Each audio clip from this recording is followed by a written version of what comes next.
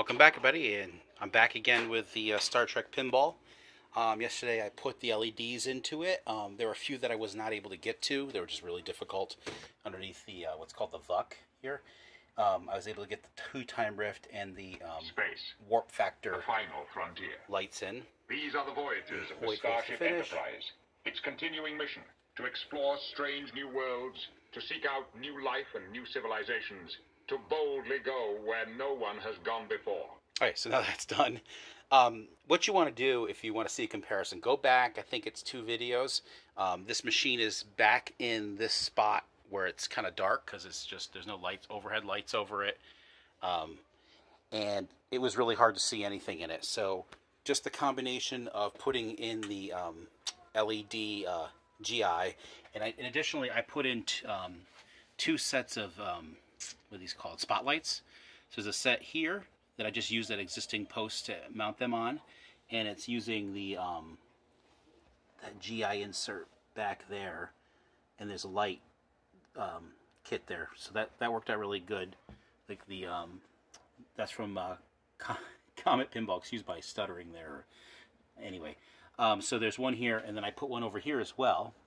And while I was putting that in, I put this.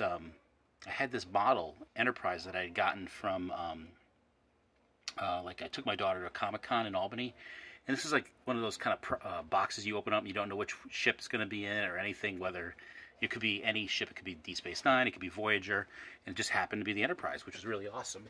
And I just used some double-sided Gorilla Tape. This stuff holds really well, and put it on top of the VUC there. And it doesn't seem to block any view. I mean, you just might not see the spinner so great there, but I think it's a good addition there. You know, it kind of gives it like because the Klingon Bird of Prey, at least everywhere I've seen it, is facing like mine is, kind of facing towards the, you know, the back of or the side of the cabinet. So it's kind of facing the Enterprise, although they're allies in Next Generation. It looks cool like that. So yeah, I just wanted to show this. I think it's way brighter than it was, and there are no incandescent bulbs in this machine anymore except for that one pop bumper. And yeah, I'll get to that someday. I actually did all these other ones, and I also missed that there was a pop bumper. Hey, Virgil, there's that pop bumper back there, and I always miss this one because the light will go out. Sometimes goes out on that one. And because it has no cap on it, it's underneath the beta quadrant ramp. So what I did is I put one of those like dual headed lights so I can make it point at the ramp and kind of point backwards, so we get a little extra light going on there. So it's actually brighter than it would have been with just a regular incandescent in there. So yeah, it looks really good. Yeah. Yeah, I think I might. I'm not really digging, and the camera doesn't capture it. I'm not really digging the color red in those inserts. The 2 warp nacelle Buzzard collectors, as they're called. I might just put some warm whites in there. I don't. It's just too colorful.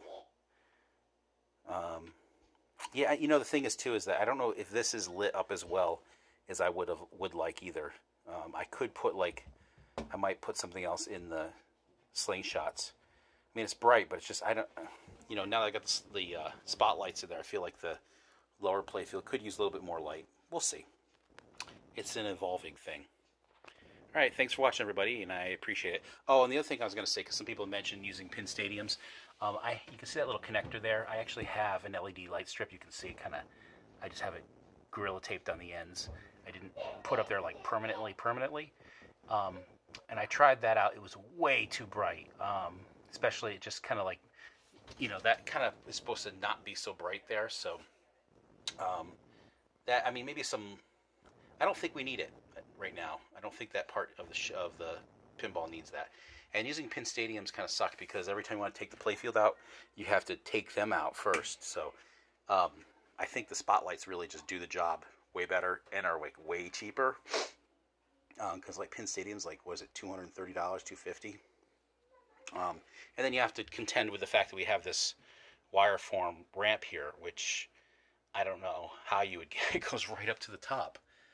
You're not going to be able to fit a pin stadium in there very well. I mean, you have to bend the wire form, I think, to do it. So, yeah, I think it's good. Anyway, thanks for watching, everybody. Let's start it up. Enterprise.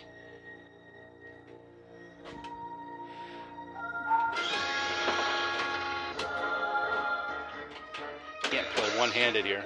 Federation space. Intercept immediately. Admiral Biaggi out. Course laid in, sir. Engage. Here is another chance. Oh, that's weird.